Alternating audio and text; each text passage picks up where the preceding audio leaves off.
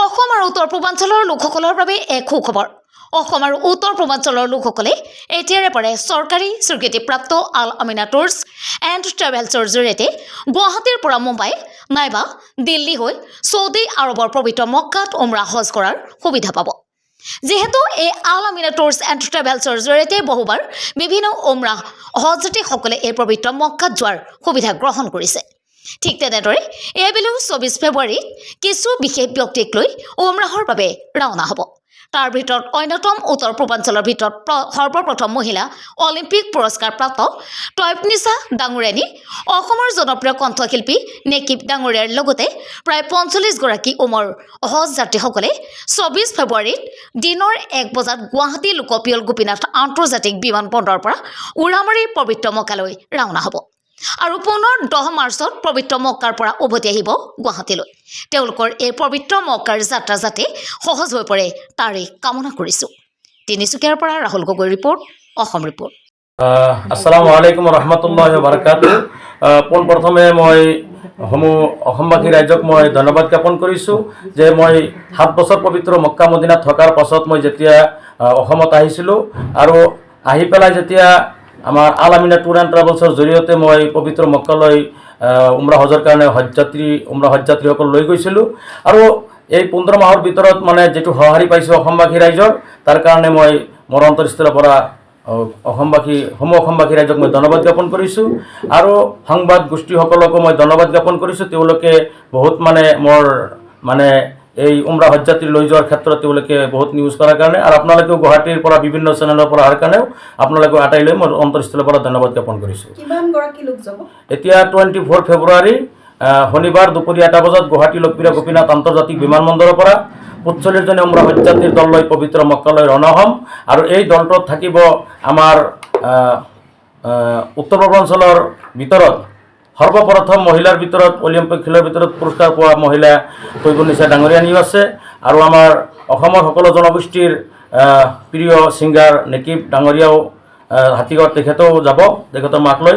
আপোনালোকে সকলোৱে দোৱা কৰিব। এনেকুৱা অসমৰ বিভিন্ন জিলাৰ পৰা উমৰা হজযাত্ৰীৰ দল আছে 45 জনীয়া দলৰ ভিতৰত আৰু আপোনালোকে সকলোৱে শুনি ভাল পাব যে মই 8 বছৰ পবিত্ৰ মক্কা মদিনাত থাকিছিলোঁ। থাকি পেলাই যেতিয়া গোটেইখিনি কাম শিকি তাৰ পাছত মই তাৰ পৰাই আমি আৰম্ভ কৰিছিলোঁ আমাৰ জনীয়া সমষ্টিৰ সন্মানীয় বিধায়ক ডক্টৰ হাফিজ ৰফিকুল ইছলামৰ পৰিয়াল লগতে হোৱাদৰমানিও মই উমৰা কৰাইছোঁ।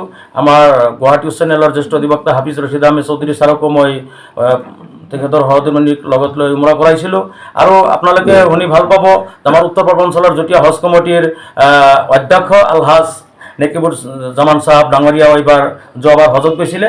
ময়ো যিখিনি পাৰিছোঁ তেখেতক খিজমত কৰিবলৈ মোকা পাইছিলোঁ, ভাল লাগিছিলে। আৰু অসমৰ বিভিন্ন জিলাৰ পৰা মানুহে হজ কৰিবলৈ যেতিয়া গৈছিলে বা উমৰা কৰিবলৈ গৈছিলে মই পবিত্ৰ মক্কাত থকা অৱস্থাত হাজীসকলক বহুত মই খিজমত কৰিছোঁ আৰু এইবুলি আপোনালোকক ক'বলৈ মই বাধ্যতামূলক হৈছোঁ যে আমাৰ গুৱাহাটী গাড়ীগাঁৱৰ মহম্মদ কাবেদ আলী যেতিয়া হজ কৰিবলৈ গৈছিল 2018 চনত, তেখেতে তাতে মৃত্যু হোৱাৰ পাছত ঘৰৰ মানুহ যেতিয়া মোক যোগাযোগ কৰিলে তেখেতৰ জানাজাৰ ক্ষেত্ৰত মই গোটেইখিনি সহযোগ কৰি মই লগতে অকলেই মানুহ জানাজাৰ গোটেইখিনি কাম সম্পূৰ্ণ কৰি মই দাফন কৰাৰ ক্ষেত্ৰত মই সহযোগ কৰি দিছিলোঁ। এনেকুৱা অসমৰ বিভিন্ন জিলাৰ পৰা মই মানুহসকলে যেতিয়া হজ কৰিবলৈ গৈছিলে বা উমৰা কৰিবলৈ গৈছিলে মই সহযোগ কৰি দিছোঁ। কিন্তু যেতিয়া অসমৰ মানুহ যেতিয়া পবিত্ৰ মক্কাত উমৰা কৰিবলৈ যায় বিপদত পৰে তেতিয়াই মোক মোৰ লগত যোগাযোগ কৰে। সেইকাৰণে মই ট্ৰাভেলছ খুলিবলৈ বাধ্যতামূলক হৈছোঁ আৰু অসমবাসী ৰাইজে এটা আবেদন জনাইছিলে মোৰ প্ৰতি যে আপুনি এটা ট্ৰাভেলছ খোলক, যিহেতু আপুনি জানা মানুহ পবিত্ৰ মক্কা 8 বছৰ তাতেই আছিলোঁ, মই তাতেই লিখা পঢ়া কৰিছোঁ, তাতেও মই হোটেল মেনেজমেণ্টৰ কোৰ্চো কমপ্লিট কৰিছোঁ আৰু মোৰ ইউপিৰ যিটো লক্ষ্ণৌৰ আছিল কুক আছিল, কুকটো আমাৰ অসমীয়া খানা যোগান ধৰিব নোৱাৰে। সেইকাৰণে আপোনালোকে শুনি ভাল পাব আমাৰ বৰপেটা জিলাৰ জনীয়া সমষ্টিৰ সন্মানীয় মোৰ নিজৰ কাকা হয়, তেখেতক শ্বাহজাহান আলী ডাঙৰীয়া, তেখেতে কুক হয়, তেখেতে ৰন্ধা বঢ়া বহুত ভাল জানে, অসমীয়া খানা শিকিছে, তেখেতক লৈ গৈ আছে এইবাৰ। আৰু সেইকাৰণে আগতে যিটো ছাৰ্ভিচ পাইছিলে তাতকৈও বহুত এতিয়া ছাৰ্ভিচ উন্নত মানৰ পাব।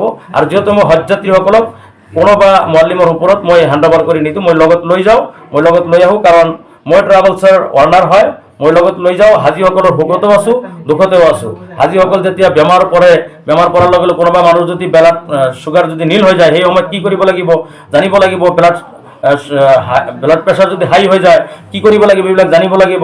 আৰু মই লোৱা হয় নেকি আপোনাৰ ট্ৰেভেলছৰ নাম কি আৰু কি কি ফেচিলিটিজ পাব? আমাৰ এই ট্ৰেভেলছৰ নাম হ'ল Al Amina tour and travels উমৰা হজ অৰ্গেনাইজাৰ। আৰু এই ট্ৰেভেলছৰ জৰিয়তে গ'লে যোৱাৰ পৰা অহালৈকে গোটেইখিনি ছাৰ্ভিচ। কোনোবা যাব বিচাৰে তো আপোনাক কেনেকৈ যোগাযোগ কৰিব? যদি যাব বিচাৰে তেনেহ'লে মোৰ যিটো যোগাযোগ নাম্বাৰ ইণ্ডিয়ান নাম্বাৰ সেইটো মই কৈ দিছোঁ 9954868130 আৰু চৌদি আৰবৰ যেটো মোৰ মোবাইল নাম্বাৰ সেইটো হোৱাটছআপ আছে ইমো আছে সেইটোতো যোগাযোগ কৰিব পাৰিব। সেইটো হ'ল 00966597194825। এই দুটা নম্বৰত যোগাযোগ কৰিলে 24 ঘণ্টাৰ ভিতৰত যিকোনো মুহূৰ্তত মোৰ লগত যোগাযোগ কৰিব পাৰিব। আৰু মই যেতিয়া ইণ্ডিয়াত থাকোঁ ইণ্ডিয়ান নাম্বাৰত কল কৰিলে তেতিয়া পাব, আৰু নহ'লে ইমো হোৱাটছআপত যোগাযোগ কৰিলেও পাব, কোনো অসুবিধাৰ সন্মুখীন নহ'ব।